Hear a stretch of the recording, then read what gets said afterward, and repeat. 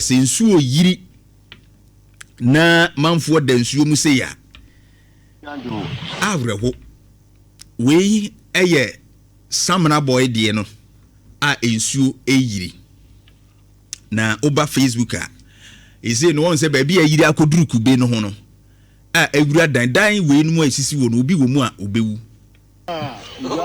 obi wo dan we no mu a obewu we de bia na ba bia omutwa omudi drone ni twa na e wo soro pa nti na bia na won hye dan hunu sei na Samana boy aye efie mu no nti we de ye fie mu de nti wo obi mpomachi hwe ba bia aduru nti we no ntimi nwura mu se wo kofa bibi e wo fie ho oba Facebook Nhyira 104.5 a ese kodoɔ ene ye de ko fie ko sesa nkrofo otwa sisi a sama otwa so over Nhyira FM ma bruzo na kabasa afiri ma ko hu sheba no na ye de yi blabo adema ndi besrawa harassment mu nyai yi bere ma blabo adema ni ye ba school ye isu green no green one na we green one no kodoɔ green no na wo mo eno so do mo tim no ese kodoɔ no de ese e be do so because efie yiri school susu yiri enti no ese mo wi a wo mo ko school mu akoye rescue work enti hwe ba bia wo bra Facebook be radio this is what is happening in terms of isu yiri aba enti ye kana wo hu how dangerous it is how dey fa wo important wo di agro sea take water take sea take river take Shamana no buguso no le fena go le fena na kati hey Eko obuta so otwa sisi a sama otwa so over ma bruzo na kabasa afiri ma ko hu sheba no na ye de yi blabo adema ndi besrawa harassment mu nyai yi bere ma blabo adema ni ye ba school Ejuba Facebook this is what is happening areho o de brabewe na o hwe sede nipa ginegine nsuom na nsuo no ginemu a eda wobo empanimfo mpo na da omobu ina nkwada obeda pie. This is a very sad one. Na another one so wo ho a we nso Jeff de adan abrosan bi wo ho kokko bi a afro wo mu amakas no entimi nko no se nsuo no fa ka akra fe no so ekre ye kakra na yenhwe how serious these things are. It important one emfa ni agro some of these things ba ko nsuni and etwe ka no na akwa no ko gina mu ayeden ka na etwe no na nipa wo so ko gina mu ye nyina ye ka ho bi bra Facebook be ha this is dangerous manfo ka no a America ensuo na America no be nipa for so ase ensuo na to na ayiri no obefam na ne ya na ema hometine omo atwi moto ni ade no na ono so enamu pese ofamu eko na atwe no very very very serious. Ejuba Facebook be ha this is how se wan hwe yie na flood no ana se suyiri no eba wo mpotemu a mo adiemia obia nso wo de yese wo ye na yetimi ade ye ho hwe school fu apon batan hwe akoda ye okura papa ntizuo ni fa papa no na fa akwada no se bode na su mu se din no no so akọ ne pan na su no obefam di akọ because wo ko fie ma efiefu esu didi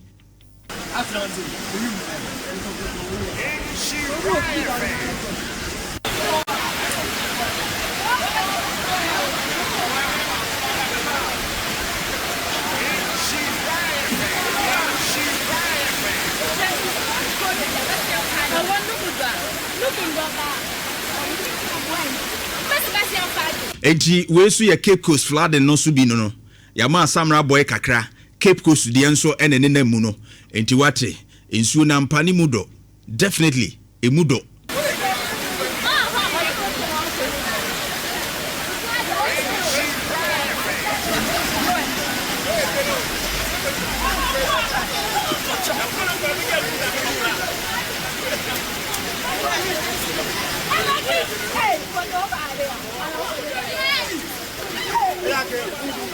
Ejuti say nipa ewu Cape Coast Central region any adasefo na some of these flats ebini we no ye dey see Central region dey no bi ni brabehwe and it's dangerous nipa na mpanimfo ni nyina ye furu bibo na nkwada ebe pon school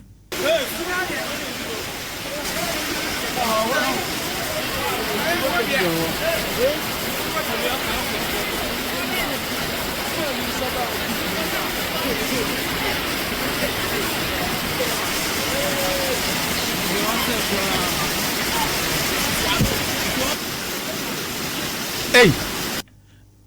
We saw car na mene no is it the taxi and I can a light na boss room kon taxi light no kon asa. Say we it is finished.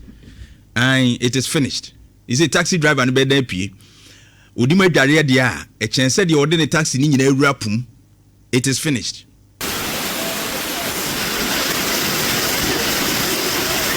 So we so kire ye say utwika na wo hu sensuo na yiri a ekova gates nyina ekova amena hodo bebre nti no anhwe yi a utomu eno ano no tini esi betumi a wo hu sensuo yiri kakra park won chen.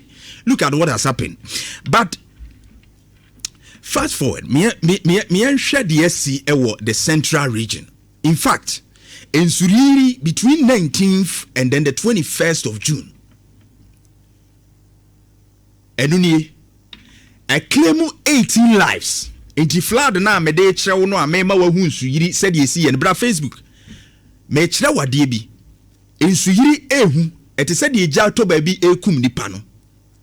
Eno so ya atoyere nchem. Ti ye kan disaster. Nsuyiri ka ho bi. Na 19th and 21st between that time no. This month yawo. Nanu ya ye lose nipa 18. Nipa beye over 100 and they prepare. Me can so 200 actually and they prepare because adan bi abubu bi so. Ama cars nso di bi mo ahwehwe ho. No ma esisi nyagro. 58 buildings in the central region alone and are collapsing. Ebubu tuba Facebook that is the situation. They tell you how dangerous are flooding at here. Na Cape Coast ene eye Samra boy edie no eye issue now is telling us say those zones no itwase eye bibi foforo over Facebook na be hwedan pa ba bi ensu adura. You ask yourself say where are these people going to stay, because we ensu no kura memene num kakra enwie no na asem. But with Western region wasa amemfi Samra boy issues no a amane homene so no. When we saw mine no ye ahwe han say I just say atoye very reactive in terms of our response to situations. Eye ensuo mienu ye were river flooding say ensuo ayiri na etre ese enoma ena ye de ensuo ede ekogu gata mu a drainage no ese ye de figu mu a esinti ema gata no ntimi flow a ensuo ayiri no eno so nko. In fact, the ensuo de se ensuo no etogu mu na ebusu a river no overflow the banks. Eno so ho. Enti na ese onisu obi asi dan ba ensuo bebre no. Na yeye no ma wo ensuo no se be ensuo no nya ne kwan. Because ensuo no etogu mu a ebo bewa ebe yiri afaso. Enti wo hwa Samre any tunnel rivers no a je fa to so mame. Or say the devastating floods submerged a large part of Samra boy as the Samri and Tano rivers burst their banks.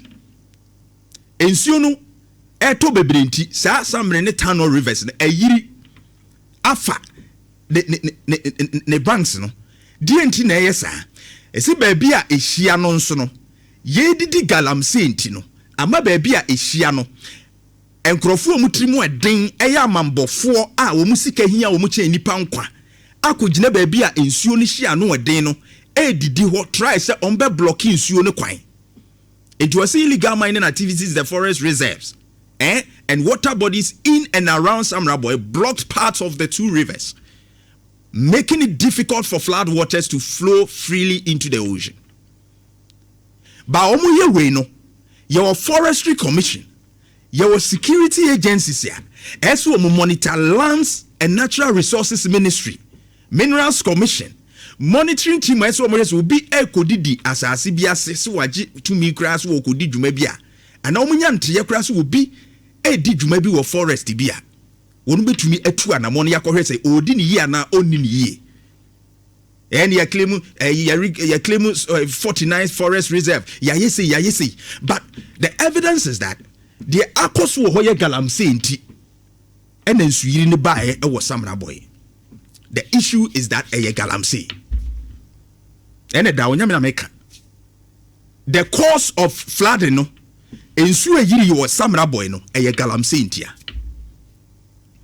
It is a ya ne kase Galamsey no say the aye say ya na me hwe say areas ya very much common with Galamsey issues no ye ni akwa de and ye hu so ma say bibi nso ebetumi aye ne ntem se be yem fast atoye nche mana na anu ne hu so ye so oba bi onye mo se akwada aka no wakoto Galamsey amanam ewu wone ne ba ni nyina so wakwa afuo mo so okosensuo. And it tells us something. Say, do we do monitoring ye kokohwe? Some crofo bi shehe didi kura de na omo ye. Ebetumi akunipa ebetumi ase bibi ana. I blame the traditional leaders omo wo saa mia we. Because say we ohene na uti baabi. Na no baabi enkoso ye wo baabi a wote no a. Etwase won so kasa. You can even organize a press conference. I come and send off what they are to me at so hene what they want for us to say na eko e wo kroma we obunyo so. But silence means consent. What jatum say koso nti ni waye din no a won ka ho hwe no. Ese wo bie wa no ka ho bibi. Ene ye eme ya say amfa wo hene bia wo krom ho. Eye no de eme ya ne say amfa DC bi. Eye no de eme ya ne say nsuyiri no anko bubu ahemfie bia nwu. That is my pain. Ene eme ya because enke say nsuo no timi fa ne direction ni bowura ahemfie ho. E de direction ni bowura mpanimfo bi fie ko bubu ho. Entimi kura e fa wo mo wo faase no mo fa wo mabusuafo ma yen. Se be yo mo da wo badwini yie. Because nkrofo de wo mu hu enye hwe. Because you leader, these things are your responsibilities. And no maybe cause we inanya ese mo tigina na mo sorry ka ho asem. Innocent people and almost suffer because obi greediness. Obi sika wo penti. Ya tesen kakra so those mpotemu wo mo koya na ya pone kakra de ama himfo no mo hyehye wo na ahema fo ni panifo ni bi no ma keka wo ma no atum so issues na ekoso ne they are where emfidie ni na mo animu a na ekọ ewura mu ho. Nobody cares. Means you abani ni pewu etike bae na nka police station wo ho ene wo mo ese hwe na ye MC ni fie ni ho na nka nsuo na ko yiri afa ho nyina yesu ni ye wi a ye badwini yie because ordinary Ghanaian na owu ne yemfa ne ho tina nka mpanimfo we na ato wo na nka ye de. Now we are community na mote wona mo so we so a me say Galamsey ebekun baby ama me ni wuye no ne ba no enye nsuo ne yiri yiwu o makodi Galamsey ejamena no akotum ne ba awu. One day mo communities na ye kan muntie no empanifo a moda no ahemfo edi kurofo no a mo support sa no ma na ekoso me say dako the whole community no ube wudi ebesie nebia na ho no kura no obi antimi ankasa ansa no wako mo allow politicians and wo mawurawura mu ayi na kakra wo bepone de ayi no enu nti no wo mo nsensuo ensensase and the mercury ni ade aye de pollute nsuo na ni nyina ayi. What has happened in Samra Boy I linked to illegal mining Galamsey sensem no is a wake up call to our traditional leaders and penifo wo kromu one wo mo wo miamia ye Galamsey ni nyina se e bra so se mo sorry gina mo na so say Galamsey no ehu enya poison no nko a e bad but ebetumi ama ya sase ya setena mu kura e ho akere ye te se de Samra Boy ayi is a wake up call. Ye kwegina wana o mo ahire o ma de nadmo kwa e mo bag baako e mattress e no kura half de na o mo de ko e na atoyiri nchemu buafo na de ye te woni ama atoyiri nchem we mo mo hui mattress dodo se ne de bebo obeso mo ne wo mo ma adaso e dan ya se iska ben pa de bebo bra Facebook berade all these things o ma lusu no ma we wura wo dem no ma nyina wo TV bi bia nadmo ba ni aso am ba one bag pe e no ma no kura de bebere o mo kura so mo nsa nche no kura hu so mo cheri